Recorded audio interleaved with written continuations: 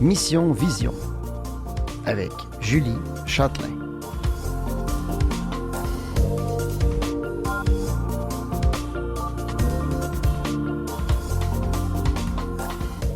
Bonjour tout le monde, ici Julie Châtelain. Je suis très contente de vous retrouver pour cette belle émission Mission Vision, ce rendez-vous où est-ce qu'on parle de l'handicap visuel sous toutes ses formes. Et aujourd'hui, on va pouvoir en parler justement avec ma chroniqueuse Mélanie qui elle-même a un handicap visuel. On va parler de voyage. Et moi, le voyage, c'est quelque chose qui... il y a tellement des trucs compliqués pour moi à voyager quand on a un handicap visuel. Donc, je pense qu'elle va nous faire du bien à ce niveau-là. Et tout de suite après, on va parler, évidemment, on est dans le mois de la dégénérescence maculaire. Donc, on va recevoir 2 personnes qui vont venir nous parler de la QDM, donc Martin Vinette et Hélène Thibodeau. Mais on commence tout de suite avec Mélanie Côté. Bonjour! Allô, allô, Mélanie! Allô, Julie! Comment vas-tu?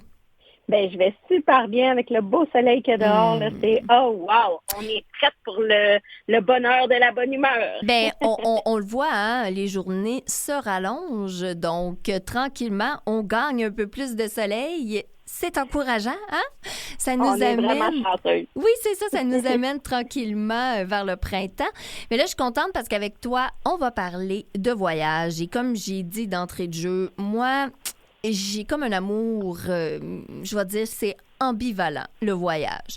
Parce qu'il y a une partie de moi qui a le goût de voyager, de partir à l'aventure. Et de l'autre côté, j'ai mes freins, mes blocages par rapport à mon handicap visuel, automatiquement. Donc là, je me suis dit, avec toi, ça va être super agréable parce que tu as un handicap visuel et tu es une grande voyageuse. Donc, je me suis dit, tu vas pouvoir nous faire du bien à ce niveau-là parce que, je trouve que moi, quand je pense à voyage, je pense à toi. Tu sais, qui part, puis qui dit « OK, go, je m'en vais ». Et tu as vraiment cette fibre-là là, d'être une aventurière. Donc, Mélanie Côté, on parle de voyage aujourd'hui. Ben oui. Pour le bonheur de l'abonnement, on va jaser de plein de trucs.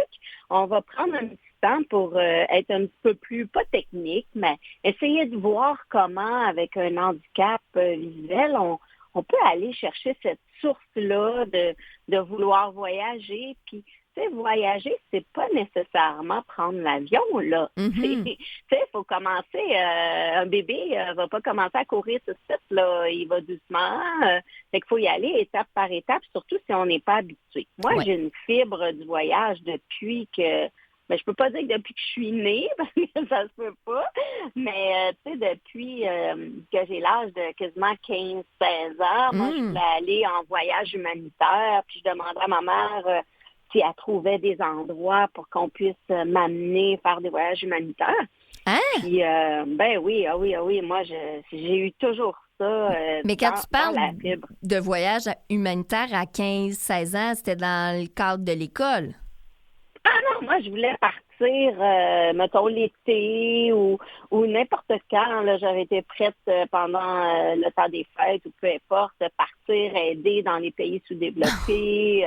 Ça a toujours été pour moi une grande, grande passion. Puis, ça, tantôt, on pourra en discuter toutes les deux parce que je sais que toi aussi, t'es assez une fervente de ça. Puis peut-être qu'avec les trucs que je vais donner aujourd'hui, ça va encore plus t'emballer pour partir dans quelques jours ou dans un mois. Dans quelques jours, c'est ça. J'achète mon billet en terminant cette émission. OK, parfait, je vais t'aider.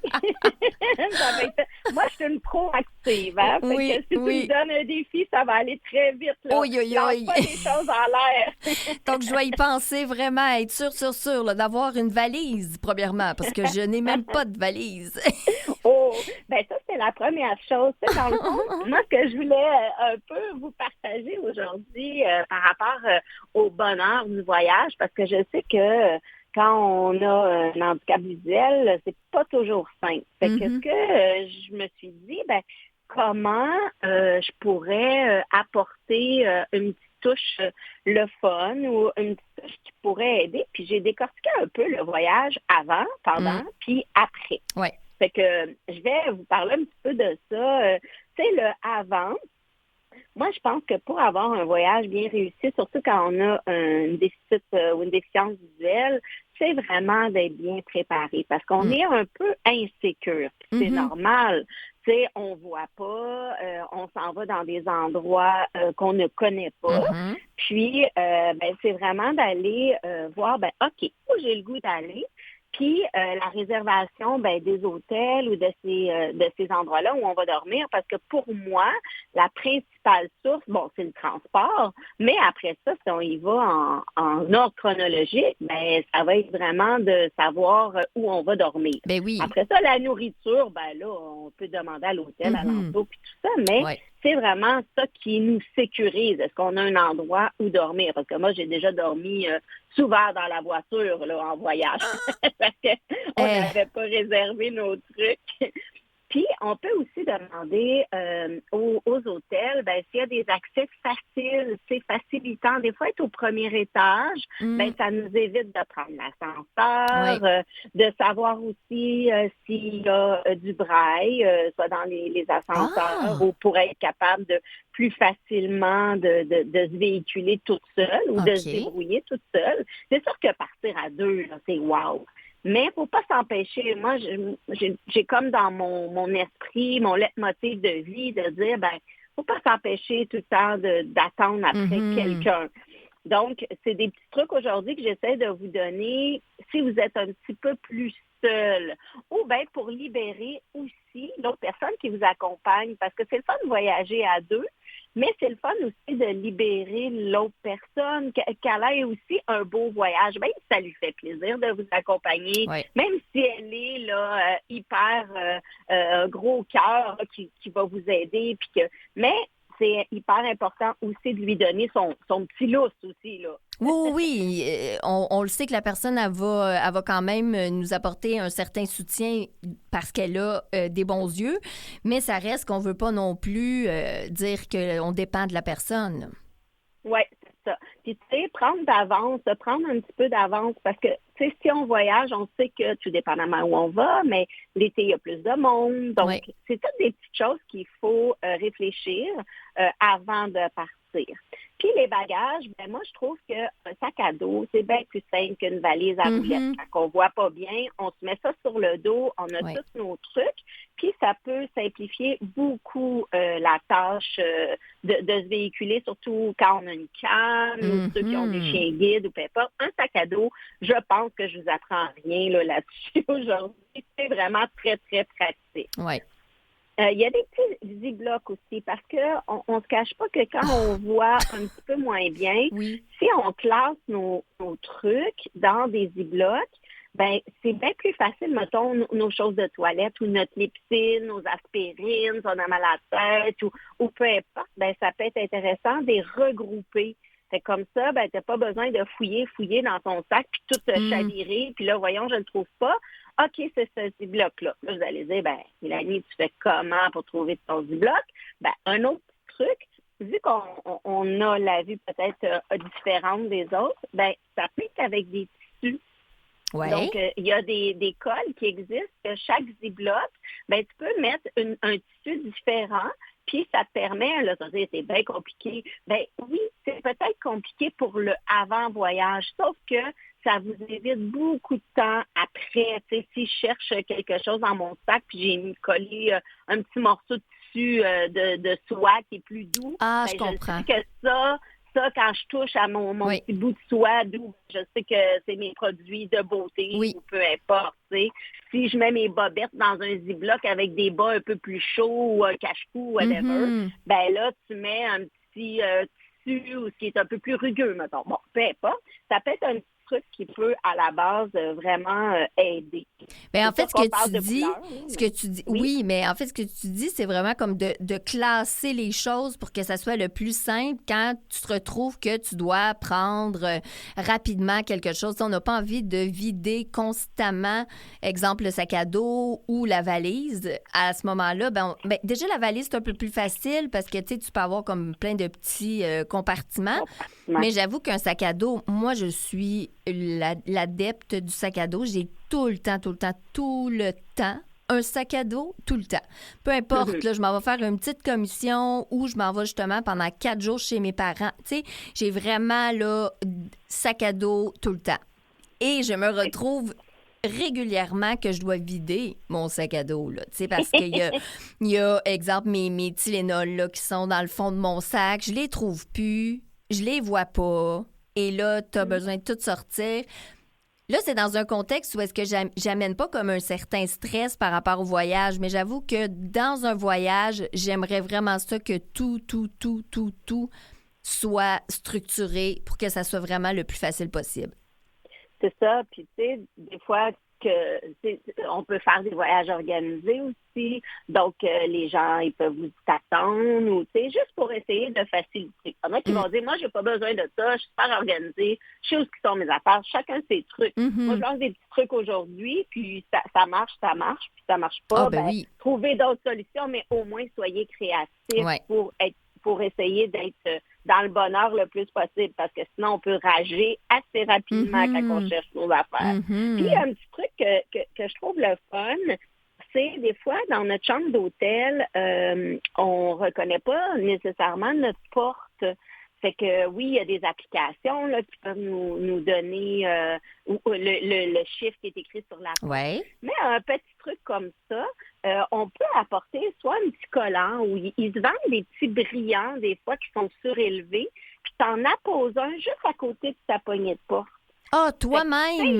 Oui, toi-même. Mais pas une grosse banderole que la femme de chambre va voir ça, puis elle va faire je vais l'enlever. Mais juste un petit détail tactile, parce qu'ils n'ont pas toutes les chambres, n'ont pas tous les numéros en braille. Non. Ça peut te donner, tu sais, mettons, tu te trompes de poignée, mon petit pic est là et je sais que je suis à la bonne place. Mais j'avoue, tu peux mettre, comme tu dis, tu sais, juste un petit collant là, qui est surélevé, là, c'est facile. Et même si, exemple, la femme de ménage l'enlève ou il tombe, mais tu sais, c'est facile d'en remettre un autre. Ça, j'aime beaucoup. Ça serait mon genre parce que probablement que je tâterais toutes les poignées, là.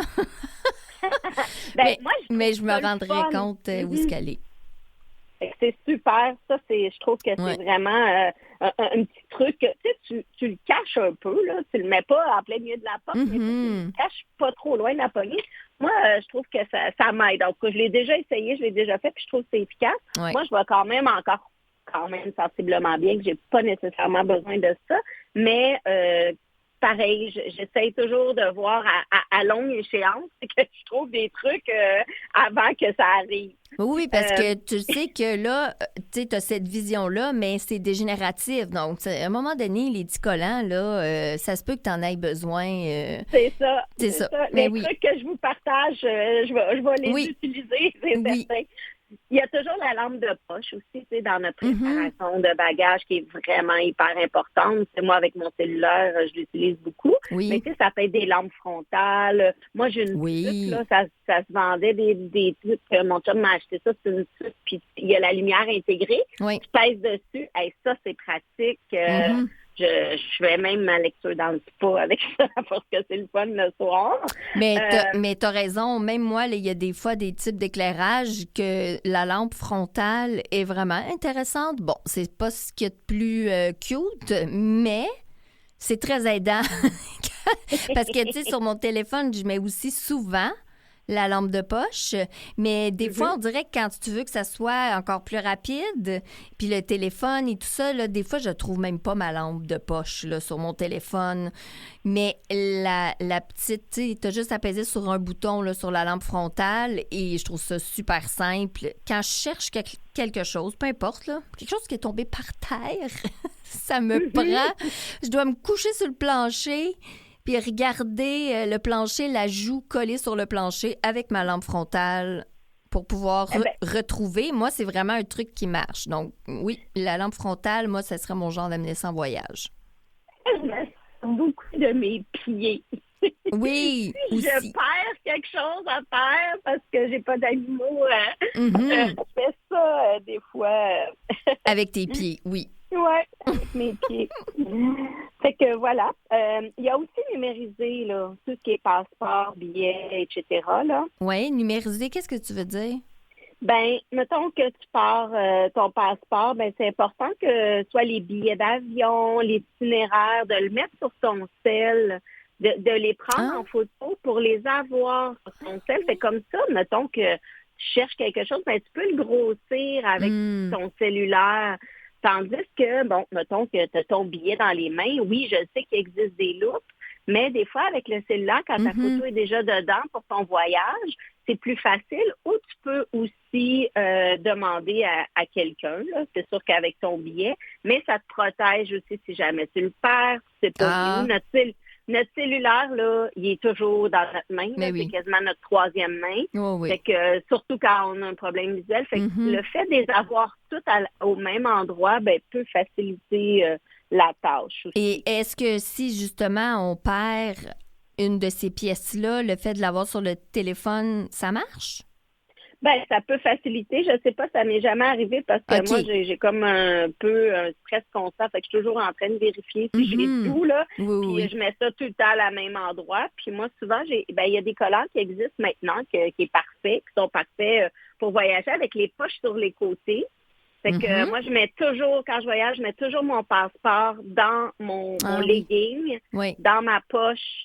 Fait que ça, c'est parfait, là. Je le cherche pas partout. Il est dans mon sac. Il est vraiment dans mon legging. Puis je vérifie tout le temps avec ma petite main, là. Il est pour être bien sûr. là. Oui.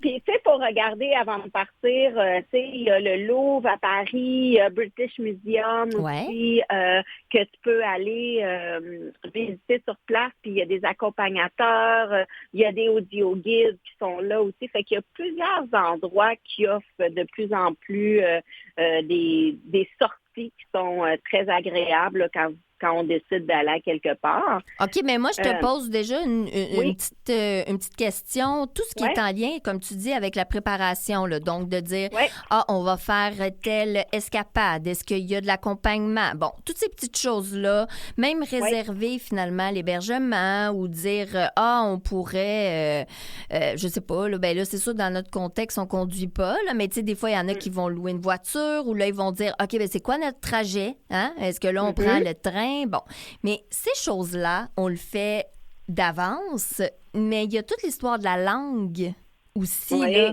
Donc, comment qu'on fait pour avoir comme les bonnes informations quand justement on s'en va dans un pays où est-ce qu'on le sait, là, on s'en va pas en France, on s'en va pas dans un pays que c'est facile et accessible au niveau de la langue. Parce que là, ça rajoute. Est-ce qu'il faut qu'on aille se faire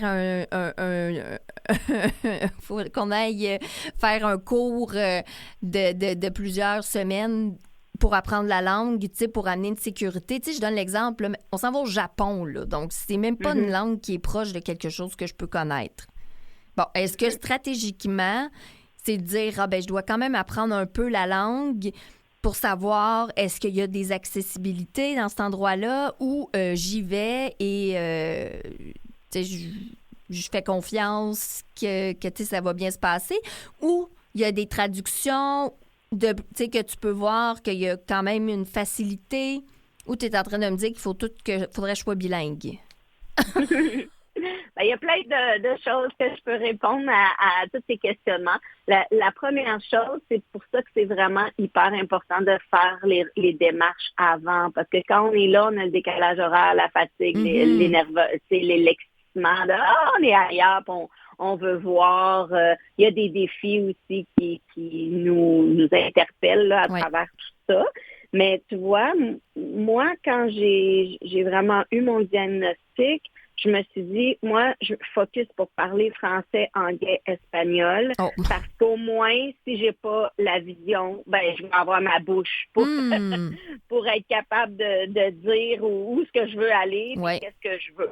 Fait que c'est sûr que dans un monde idéal, quand tu parles la langue, c'est trippant. Mais tu sais, quand je suis allée au Japon, oui, je me suis informée là 3 mois avant, puis j'ai essayé d'apprendre des mots, puis je m'étais fait un lexique, puis tout ça. OK. Mais on est Ah. allé d'un restaurant, puis c'était la jeune fille qui nous servait, elle parlait pas du tout anglais. Mhm. Fait qu'on, avec Google Traduction, on a réussi très, très bien à communiquer. Ah Fait oui? que de plus en plus, les gens utilisent ça. Même mon gars, il est allé au Mexique. Il est arrivé une petite histoire avec les officiers là-bas. Puis ils ont vraiment communiqué, l'officier, puis Charles, là, mon garçon, ils ont fait Google Traduction, puis ils se parlaient comme ça, avec ça. Ah ouais. OK. Ouais. Donc ça, à ce moment-là, ça peut être un outil qu'on peut, tu sais, qu'on peut dire, OK, ben j'ai peut-être pas besoin d'apprendre la langue. Oui, c'est sûr, quelques mots et tout ça, mais là, des fois, c'est juste dire, où sont les toilettes, s'il vous plaît? C'est ça. Tu sais, ouais, des fois, on veut savoir vraiment concrètement, comme tu disais, est-ce que cet hébergement-là, ben il y a du braille, là, tu sais, donc c'est quand même spécifique, là, qu'est-ce qu'on veut savoir comme information, mais je trouve ça vraiment super intéressant ce que tu amènes parce que je penserais pas, en fait, c'est parce que je me fie à, il y a vraiment beaucoup, tu sais, au moins un bon 10, 15 ans, là, tu sais, que ça commençait, là, avec le, tu sais, puis là, t'écrivais une petite phrase sur Google Traduction, et là, ça pouvait prendre, c'était long et c'était très compliqué, là, tu sais, ça devait être des petites phrases. Et là, la fois, ce que tu me dis, c'est que tu es capable même de prendre une conversation pratiquement, puis la rentrer là pour avoir la traduction, là. Oui, puis il y en a même qui m'ont dit qu'il y avait du vocal. Moi, Oh. je l'ai pas essayé, là. Au Japon, on était en écrit, OK. mais on m'a dit que maintenant, ça pouvait être vocal, puis que ça se traduit, ça se Wow. disait vocalement. Fait que ça, c'est merveilleux pour les Oui. gens qui ont une déficience visuelle. Oui. C'est vraiment hyper Ça, intéressant. c'est quelque chose qu'on aime de l'intelligence artificielle. Oui, Hein? oui. Il n'y a pas juste du négatif. Ça, c'est très positif. OK, mais là, Mélanie, là, on a parlé beaucoup là, du avant, mais là, le pendant. Le là, pendant. Ben, le pendant, j'ai des trucs. C'est sûr que quand on voyage puis on est à basse vision ou qu'on voit vraiment pas super bien ou pas du tout, faut essayer de voir avec les sens. Hein? Puis ça, on le Oui. fait quotidiennement. Là. Je vous annonce rien de très miraculeux, mais quand on voyage et pourquoi on voyage, ben faut aller chercher nos raisons. Sinon, on reste chez nous. Oui. Tu sais, avec tout le trouble que ça donne, puis le stress, si tu n'as pas nécessairement cette flamme-là en Ouais. toi, ben tu vas rester chez vous. Ah, ben oui. Mais moi, je me dis, tu sais, c'est le fun de pouvoir explorer aussi, puis de pas partir loin. Tu sais, juste commencer, ben OK, je pars à Québec, ou je m'en vais en Outaouais, ou je me prends OK. un petit 2 jours, puis je décide de partir. Puis sur quoi dans le pendant qu'on peut aller? Ben les goûts, tu sais, les cuisines locales, les goûts, les textures, essayer de développer notre intérêt ou notre curiosité par rapport à ça. Mhm. OK, ben dans chaque région, même si je reste au Québec, Oui. il y a toujours, tu sais, on peut prendre le festival de la Giblotte, il y a plein, tu sais, il y a des endroits que tu vas, je sais pas, aux îles de la Madeleine, mais la nourriture est différente. Oui. Fait qu'aller chercher peut-être des goûts qui vont stimuler ou créer différentes saveurs, textures, etc. Il y a l'ambiance sonore aussi, Oui. tu sais, aller dans les marchés, les musiques traditionnelles, la langue, la sonorité, tu sais, s'attarder à, bon, OK, mettons que là, je suis un petit peu fatiguée, là, parce que ça demande beaucoup plus pour une personne malvoyante au niveau énergétique. Ben là, je m'assois, là, à quelque part pendant que, je sais pas moi, le groupe ou ma personne accompagnatrice est là, puis j'écoute. Mhm. Tu sais, j'écoute le langage des gens qui sont alentour de moi Ouais. ou Ou, tu sais, y a-t-il de la musique? OK. Fait que ça peut être aussi intéressant, une partie qui peut faire donner un petit plus à votre voyage. Ben, c'est comme, dans le fond, de s'imprégner de tout ce qu'il peut y avoir, comme tu dis, autant au niveau gustatif que olfactif, que, tu sais, au niveau de l'ambiance sonore, même si il y a une parade avec des couleurs flamboyantes et je les vois pas, ben je peux quand même, tu sais, profiter de l'expérience au lieu de juste focusser sur le fait, ah là, ça, je le vois pas, c'est donc bien fâchant, versus, ah, wow, hey, il y a comme des sensations, tu sais, que j'avais pas vues avant, tu sais, parce que je focusais sur ce que j'ai pas, finalement, dans le sens de la vision. Mais moi, je trouve ça vraiment intéressant, Mélanie, puis c'est sûr que, tu sais, on pourrait en parler là, pendant vraiment des heures, parce que moi, le voyage, en plus, comme je dis, c'est vraiment, j'ai une amour-haine envers le voyage et je ne m'en cache pas, là, parce que moi, naturellement, je serais la personne à partir demain, là. Go, go, go, on part. Mais là, c'est ça. C'est voyage solo, le fait que j'ai un handicap visuel, puis que je me suis retrouvée quand même à vivre des situations dans mon Québec en lien avec mon handicap visuel et que je me présente et j'ai une canne blanche et tout ça. Et là, de dire, oh, hein, si j'ajoute ça dans un autre voyage et que là, je connais personne, j'ai pas mon réseau, j'ai pas mes points de repère, rapidement, on dirait que j'y vais pas, hein. J'attends en fait un peu comme tu disais, d'attendre la personne. Donc, c'est pour ça que je vais vouloir qu'on en reparle, qu'on reparle du voyage, qu'on reparle de toi-même, de tes expériences, tu sais, que tu viennes un peu nous teinter de ça parce que, pour vrai, quand j'ai voyagé la dernière fois, j'étais pas toute seule, j'étais avec ma mère et pour moi, c'était vraiment un voyage significatif là, à ce moment-là. C'était tout de suite après toutes mes opérations. Fait qu'il y avait vraiment une symbolique.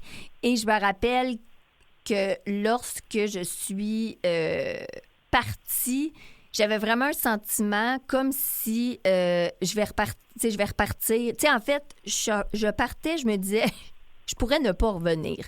Et partir ailleurs. Tu sais, on dirait que là, j'avais comme la piqûre. La piqûre, puis je me disais, ça, c'est un regret pour moi de ne pas voyager. Donc, c'est pour ça que je me dis, hey, Mélanie, on va en reparler ensemble. Ça va être vraiment intéressant que tu viennes vraiment nous amener cette énergie de bonheur à travers le voyage. Merci beaucoup, Mélanie. Ça a été un plaisir comme à chaque fois.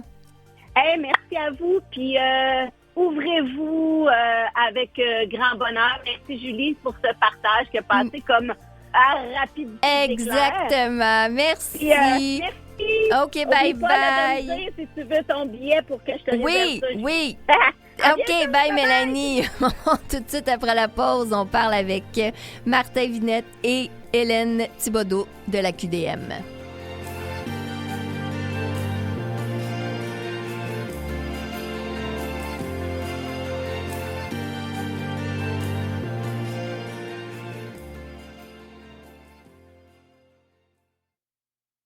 Vous écoutez Mission Vision avec Julie Châtelain. Et maintenant, j'accueille en studio Martin Vinette, nouveau directeur général de la QDM, hein, parce que c'est la première fois qu'on se rencontre, mais je pense que ça fait pas si longtemps, peut-être 2-3 mois, peut-être? En fait, ça fait même pas 2 mois. Je suis arrivé au début janvier. Ben c'est ça. Alors, c'est vraiment nouveau directeur général. Donc, je suis enchantée. Et on va avoir Hélène Thibodeau. Hélène Thibodeau et Martin Vinette vont venir nous parler de la dégénérescence maculaire. Hélène, vous avez la dégénérescence maculaire. Donc, vous allez pouvoir venir un peu aussi, tu sais, parler quand on le connaît, quand on le vit, c'est déjà un petit peu plus facile. Mais pour commencer, moi, je voulais vraiment savoir, Martin Vinette, avec tout votre bagage, la QDM, pourquoi? Parce que c'est en lien avec l'handicap visuel et vous n'avez pas d'handicap visuel, vous n'avez pas la dégénérescence maculaire. En fait, je n'ai pas la dégénérescence maculaire, mais j'ai depuis, en 2021, j'ai une opération, une chirurgie pour mon kératocone. Donc, OK. j'ai une autre maladie oculaire qui est quand même moins connue et qui fait en sorte que, en fait, dans plusieurs cas, ça se développe à l'adolescence surtout. OK. Et dans mon cas, ça faisait en sorte que j'étais pas apte à pouvoir conduire, par exemple, à moins de porter des verres de contact semi-rigides qui sont... C'est épouvantable, ça. C'est une horreur. C'est une horreur. Oui. C'est une horreur, Oui. vraiment. Inconfortable et les yeux deviennent... Oh my God. Oh oui, c'est épouvantable. Oui. OK, donc là, c'était pas la voiture, finalement. Ben, en fait, moi, j'ai 43 ans, j'ai eu un permis de conduire à 39 ans. Donc, après mon opération, 6 mois après l'opération, j'ai pu avoir des lunettes Oui? que je porte. Et ceux qui me connaissent d'avant 39 ans, ben, Pas m'ont de jamais vu avec des lunettes. Ah ouais, donc c'est un peu une opération comme au laser, finalement, En fait, qu'on pourrait dire. C'est une chirurgie au laser qui, je crois que c'est réticulation du collagène cornéen, si je me rappelle bien. OK. On brûle les couches superficielles de la cornée. Ouais. Et après ça, là, il y a une stabilisation de la cornée, mais avant, il y a une correction au laser. Et le rétablissement était d'1 mois environ. Ah Donc, ouais! c'est- Donc après ça, on retrouve une partie de la vue qu'on n'avait pas. En fait, ça stabilise la vue et c'est surtout que ça stabilise la déformation de la cornée. Parce que c'est une maladie qui déforme la cornée et qui crée différents problèmes de vision dépendamment OK. des profils. D'où pourquoi des lunettes n'étaient pas Ben, c'était pas utile. À ce moment-là, ça allait pas changer grand-chose. là. exactement. Alors que là, c'est vraiment stable, donc je peux porter des lunettes, donc je peux faire des activités quotidiennes et Wow. voir beaucoup mieux et donc conduire aussi. Et d'avoir une sensibilisation automatiquement à l'handicap visuel sous toutes ses formes. Dans le fond, quand on a vécu, on connaît, c'est déjà plus... je trouve que c'est là qu'on voit, tu sais, ah oui, je sais c'est quoi. J'ai pas cette maladie-là, mais j'ai pas pu conduire pendant X temps. Donc, j'ai vécu aussi ce que c'est d'avoir des limitations, finalement. Tout à fait. Moi, j'aime beaucoup me positionner comme un allié parce que, certes, j'ai pas la DMLA, ma belle-mère, là, toutefois. Belle-mère que j'adore et que je salue. Je vais lui faire écouter l'émission pour qu'elle sache que je la salue. Oui! Mais moi, je me positionne vraiment beaucoup comme un allié parce que, certes, j'ai pas la même maladie, mais ça reste que ça vient dans le spectre des handicaps, des deuils, des Oui. frustrations qu'on peut avoir Oui. et aussi de l'espoir qui existe beaucoup grâce à la technologie. Et c'est grâce à la technologie que moi, je peux voir avec les avancements de la science, que je Oui. peux voir que je peux avoir plus d'autonomie. Oui. Alors, c'est sûr et certain que pour un public qui vit ce genre de limitation-là, pour moi, ce que ça dit, c'est qu'il y a de l'espoir. Alors, on veut s'assurer qu'une mission comme celle de la QDM puisse être portée, puisse être comprise parce que, on va en parler tout à l'heure, mais c'est une cause qui m'a beaucoup interpellé. Et je disais Oui. à Hélène tout à l'heure, j'ai vraiment un coup de cœur dans... Ben là, moi, je veux dire, bon, moi, premièrement, j'ai la dégénérescence maculaire, donc j'ai déjà une sensibilisation naturelle, là, parce que c'est mon vécu. Mais particulièrement, moi aussi, j'ai eu un gros coup de cœur pour la QDM. Là. Donc, je comprends de part et d'autre. Il y a vraiment quelque chose pour moi que la QDM, là, il y a un... Moi, je vois vraiment ça comme... Il y a un espoir... Tu sais, qui est comme rajouté, même si des fois, on n'est pas au courant de ce qui se passe, mais là, on voit, oh, OK, il y a des avancées là, oh, il y a ça, ah, wow. Moi, on dirait constamment que j'ai des nouvelles de la QDM, je me dis, hey, je suis pas toute seule, là. Il y a de l'espoir. J'aime ça. Ben, Hélène, vous riez? Ah oui, nous avons le même message. Oui. Lorsque j'ai été diagnostiquée en 2019 de la DMLA humide, OK. Puis 2013, c'était la forme sèche. OK. Je me suis tournée vers la QDM en 2019 et ça m'a vraiment sauvée parce que j'étais inquiète, j'étais anxieuse, j'étais choquée, en colère. Oui. Et ce que j'ai trouvé là, c'est l'espoir et le partage. Puis effectivement, on n'est pas seul. Non. Et j'ai commencé à m'impliquer parce que je suis de nature très curieuse. Donc, j'ai joint la QDM en 2019. J'ai été présidente du CA de 2020 à 2022 pendant 2 ans et j'ai commencé les conférences en 2020. OK. Parce que donc, ça fait déjà 6 ans que je donne quelques conférences par année, entre 10 et 12. Et mon plaisir, mon soulagement, c'est de partager l'information. Et je vois qu'il y a un grand, grand besoin parmi les gens là, de partager et de connaître. Bien, moi, j'ai vécu une expérience, justement, où est-ce que c'était le sommet là, de la macula et il y avait, je sais pas, il y avait combien de personnes, peut-être 250, 300, il y en avait vraiment beaucoup.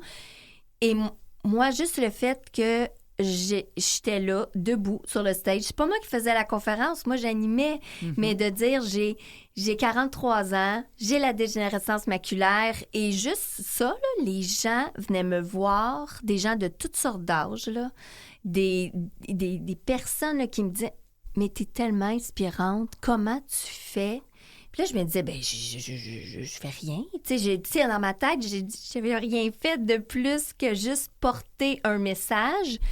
Mais on dirait vraiment, là, je l'ai vécu, là, ce que la QDM pouvait représenter pour ces gens-là, qui sont vraiment, on dirait, à un moment donné, on dirait qu'il y a vraiment une comme je suis seule au monde. Là. Il y a une impasse. Là. Ouais. Et je trouve que tout ce que vous faites, ben ça amène ça, de dire « Hey, on est tous ensemble, finalement. » Il n'y a pas une DMLA qui est pareille, mais on est tous capables de se comprendre. Quand on parle avec quelqu'un qui a la DMLA, moi, j'ai la humide, j'ai eu la sèche, mais je suis capable de comprendre des deux côtés, peu importe l'âge de la personne. Il y a des défis et je trouve que c'est ça qui est beau. Et là, dans le fond, le mois de février, c'est le mois de la sensibilisation à la DMLA, la dégénérescence maculaire liée à l'âge. Et ce mois-là, c'est déjà un mois où est-ce que vous faites beaucoup de différents événements là, pour amener beaucoup de sensibilisation, autant pour les personnes qui ont la DMLA que ceux qui ne l'ont pas, parce qu'en fait, il n'y a rien qui dit que si tu ne l'as pas là, que tu ne l'auras pas plus tard. Exactement. Hein? Moi, c'est souvent ça que je dis aux gens. Je dis, hey, c'est le fun. En ce moment, là, tu n'as pas d'handicap visuel, mais qui te garantit que tu n'en auras pas un dans 10 ans, dans 20 ans? Donc, moi, je trouve tellement que c'est un sujet qui touche tout le monde, complètement. Là. Oui. Et tout le monde connaît quelqu'un aussi, à quelque part, dans son entourage, de proche, de loin, qui a un handicap. Donc, qu'est-ce que vous faites spécifiquement là, dans ce mois-là? En fait, je dirais que ce qu'on fait, c'est évidemment variable à chaque année, mais le plus important, c'est d'avoir une conférence qui aborde la question des nouveaux traitements, des avancées scientifiques. Et bien, vraiment, le bonheur, c'est que cette conférence-là, c'est celle qui est la plus vue, la plus écoutée, la plus partagée. Et l'affaire au mois de février, c'est justement pour envoyer un message. Parce qu'en plus, on sait très bien que ce temps-là de l'année, c'est aussi un temps qui est peut-être plus difficile au niveau de l'énergie, de l'émotion. Oui. Bien là, on envoie à chaque mois de février un message d'espoir. Et ça, pour moi, c'est juste d'avoir entendu la conférence du Dr. Réaume il y a quelques jours. C'était vraiment puissant parce que il parle de différents traitements qui existent, des avancées, de leur approbation ou non, parce qu'il y a évidemment des gens qui ont des traitements des fois que eux ont été suggérés, mais qui sont peut-être pas aussi recommandés par des spécialistes. Mais dans tous les cas, on aborde la question le plus largement possible pour comprendre qu'est-ce qu'il y a comme outil. C'est quoi que les gens qui vivent la DMLA ont dans leur boîte à outils ou pourraient avoir prochainement. Et bien, nous, notre travail, c'est évidemment pousser pour que les meilleurs outils ressortent et qui puissent être accessibles au plus grand nombre. Mais déjà, de partager l'information, c'est une base, mais ça fait en sorte que tout le monde peut mieux comprendre. Et là, ben, tout le monde peut aussi mieux espérer et se sentir en communauté. Oui, et cette conférence-là, c'est quelque chose, dans le fond, qui est comme un peu là, en rediffusion. Les gens peuvent l'écouter ou c'était quelque chose comme en direct? Ben, en fait, c'est les deux. Les deux, OK. Et je me permets parce que je pense que c'est le moment aussi de les remercier là, parce qu'on a quand même du soutien pour ces conférences-là. On a Acélas, Beyer et Roche qui contribuent à la diffusion pédagogique de ces conférences-là, même si le contenu est 100% indépendant. Et en fait, ces conférences-là sont en direct, mais les gens qui se sont inscrits reçoivent un lien quelques jours plus tard pour regarder la vidéo. Et elle est également disponible sur notre site Internet. Je vais sûrement dire le mot plusieurs fois, aqdm.org. Et également sur YouTube. Et c'est des milliers de vues après parce que justement, ça répond à un besoin. Bien, complètement. Mais moi, là-dessus, justement, par la QDM, j'ai eu le contact de M.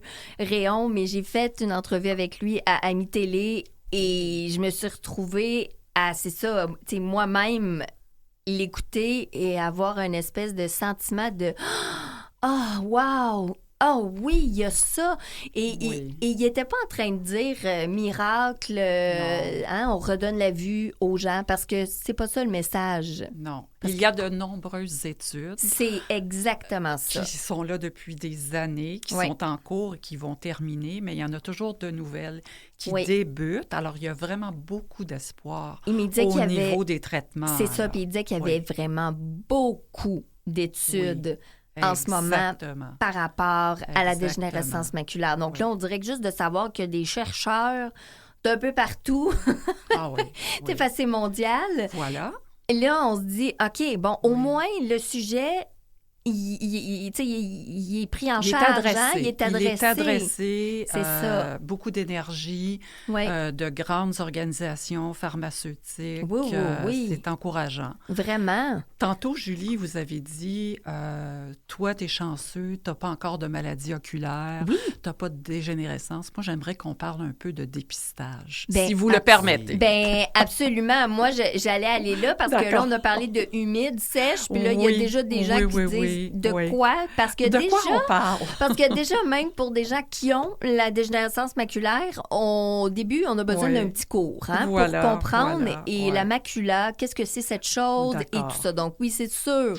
OK. Et qui de mieux qu'une personne qui a?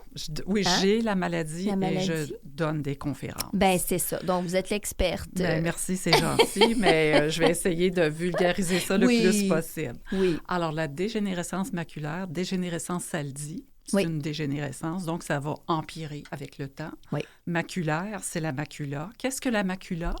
C'est la portion centrale de la rétine. Mm-hmm. La rétine, c'est la tapisserie qui couvre le fond d'œil. L'œil a environ 1 pouce de diamètre et la rétine a 5 mm de diamètre. Tout petit. Tout petit.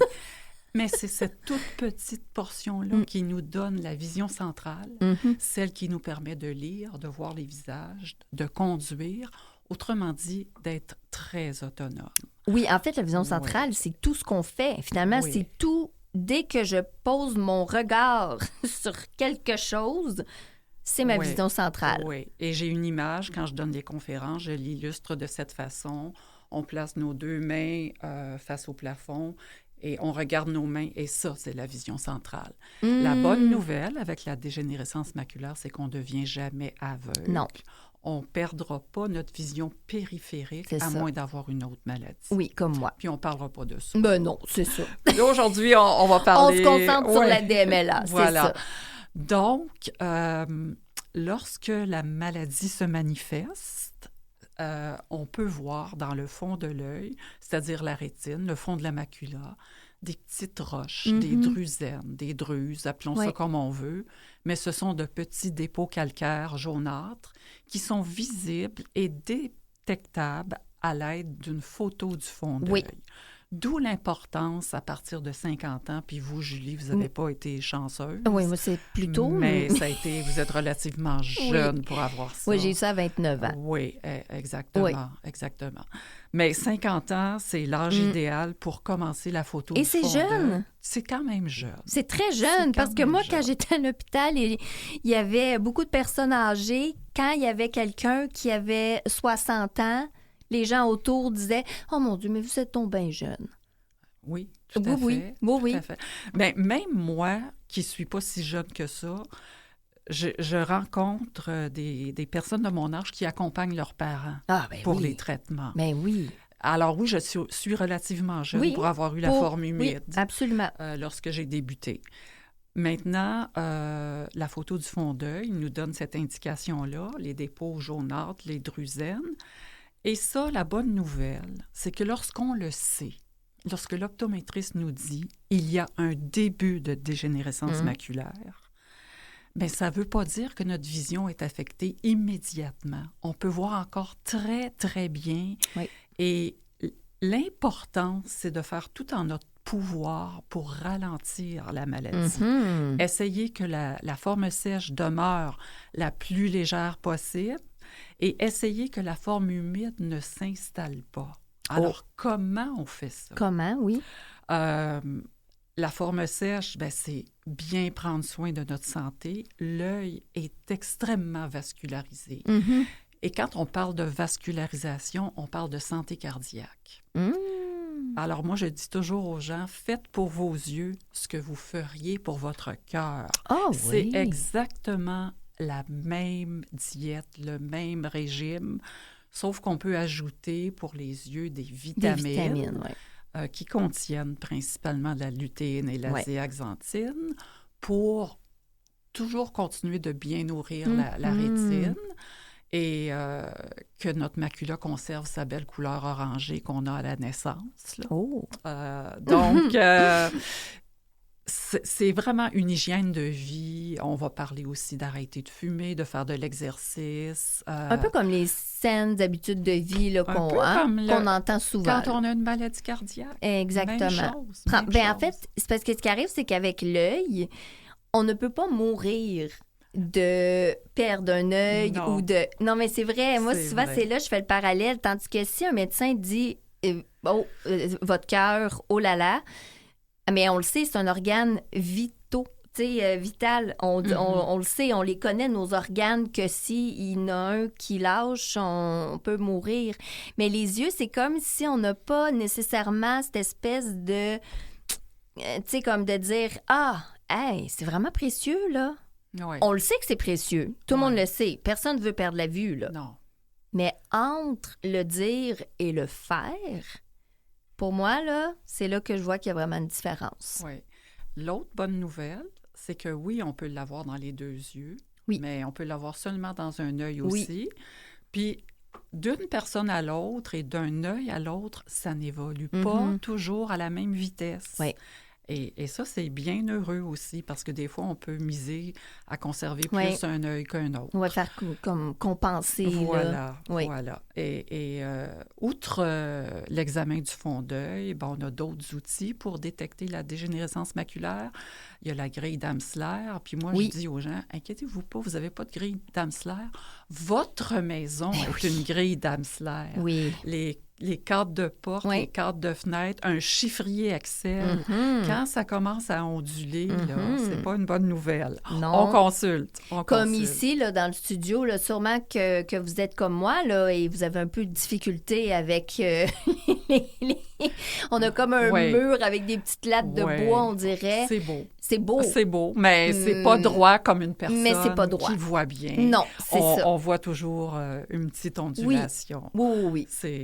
Mais c'est pas grave. On s'habitue. Mais c'est une façon de le voir. Oui. Il y a aussi avec les lettres, les lettrages là, qu'on peut voir, vu qu'un L, exemple, c'est droit.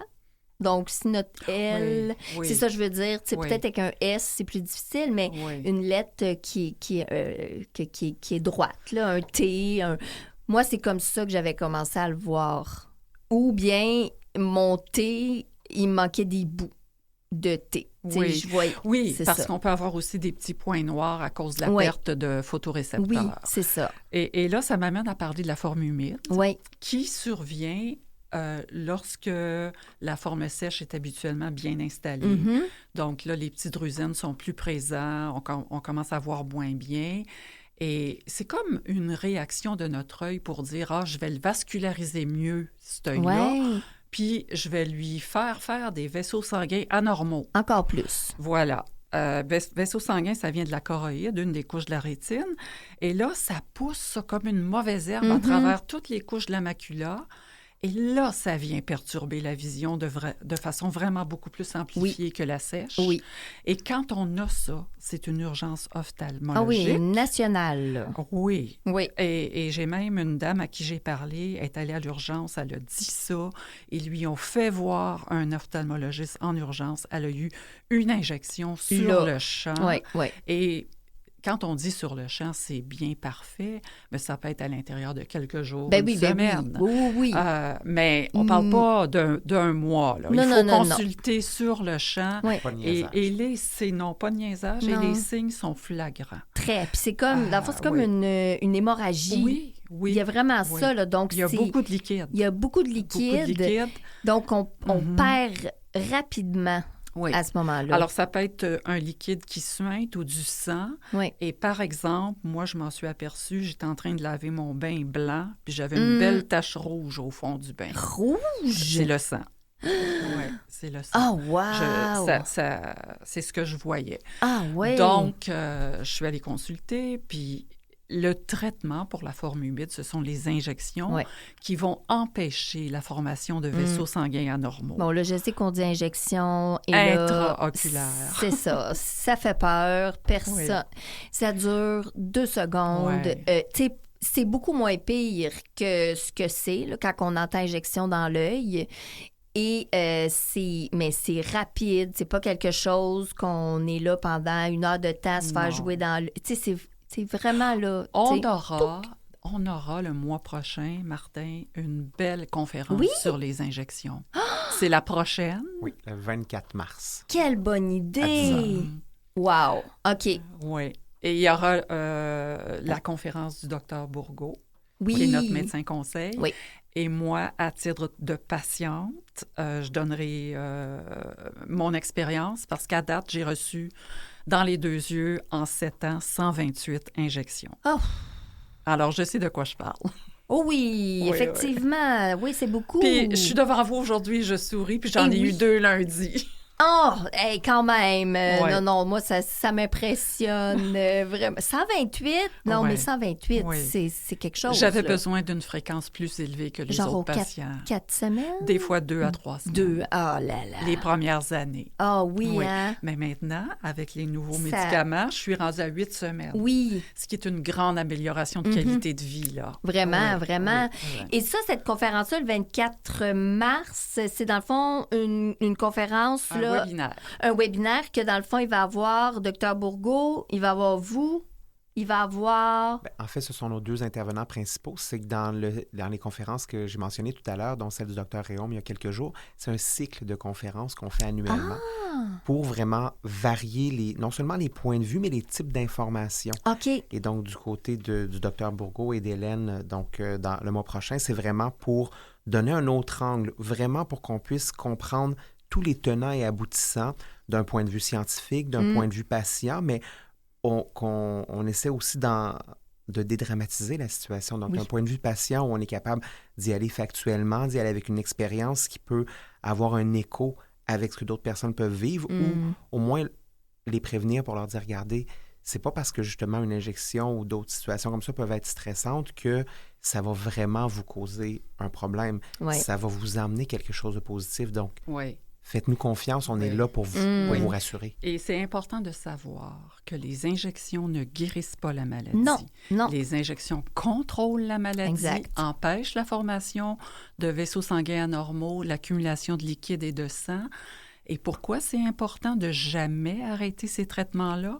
Parce que lorsque le sang et les liquides sèchent, ça cicatrise. C'est ça. Et il y a perte irrécupérable de photorécepteurs. C'est ça. Dès qu'il y a une cicatrisation, on ne peut pas aller faire une injection dans une cicatrisation, c'est terminé. Oui, alors, il ne faut pas arrêter. Il ne faut pas arrêter, c'est ça. Et le cycle de conférence, dans le fond, les gens, ils font quoi, là? Moi, l'exemple, j'apprends demain matin, là, j'ai la DMLA, là.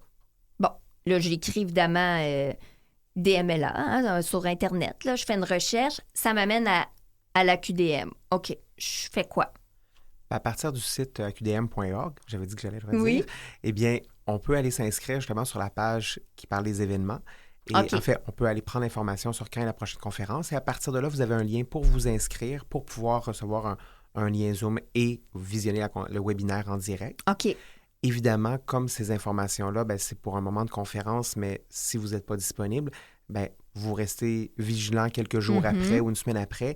Et là, vous allez pouvoir avoir un accès à la vidéo, à la rediffusion de la conférence sur notre site web et sur YouTube. Donc, c'est vraiment comme ça. Nos conférences sont gratuites. C'est vraiment un accès le plus facile possible avec les nouveaux moyens de technologie qu'on a pour s'assurer qu'on diffuse l'information la plus aisément possible. Et ici, exemple, là, il y a les conférences, des événements, mais il y a aussi plein d'informations. Et je sais qu'il y a comme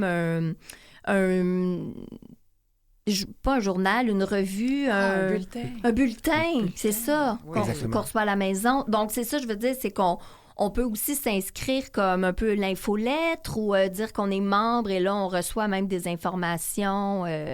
tout à fait. C'est la première porte d'entrée, c'est notre mine d'or, qui est le site Internet aqdm.org. Ouais. Mais à partir de là, il y a des sections sur les ressources utiles. Donc, pour vous-même aller chercher plus d'informations de la part de différents groupes, par exemple de l'Association des médecins ophtalmologistes du Québec. Donc, vraiment d'aller trouver l'information qui vous sied le mieux. Mais aussi, vous pouvez vous inscrire à notre bulletin. On en a 3 par année qui sont des bulletins qui parlent notamment des conférences qu'on a eues, de l'espoir avec justement donc ces traitements-là, mais aussi d'activités qu'on fait parce qu'on est une association québécoise. Oui. Donc, on est vraiment en lien avec toutes les régions du Québec. Et dans plusieurs de ces régions-là, il y a des groupes de soutien. Donc, vous avez ces informations-là sur les activités qui sont faites autant au niveau national que régional. Oui. Et donc, on parle justement des avancées récentes ou pas de lutte, mais disons de revendications plus récentes, d'informations. Je vous dirais que c'est pas moi qui a ça entre les mains, mais il y a une stratégie nationale pour les soins oculaires qui est en train de se développer avec un plan d'action. Bien sûr, on a de grands espoirs. Et ça, dans le fond, les informations vont être sur le site Internet là, pour qu'on en apprenne davantage, finalement. Exactement. Mais merci à vous deux. On aurait pu encore jaser très longtemps de ce sujet. Donc, c'est pour ça que je me dis, on n'en a jamais trop qu'on va entendre parce qu'il y a tellement de questions. Mais on invite les gens à aller au site Internet, là, laqdm.org. Mais merci beaucoup, Hélène. Merci, Julie. Martin, ça a été un grand plaisir. Et je remercie mes invités pour cette belle émission. Mathieu Tessier à la mise en onde. On se retrouve la semaine prochaine. Bye bye tout le monde.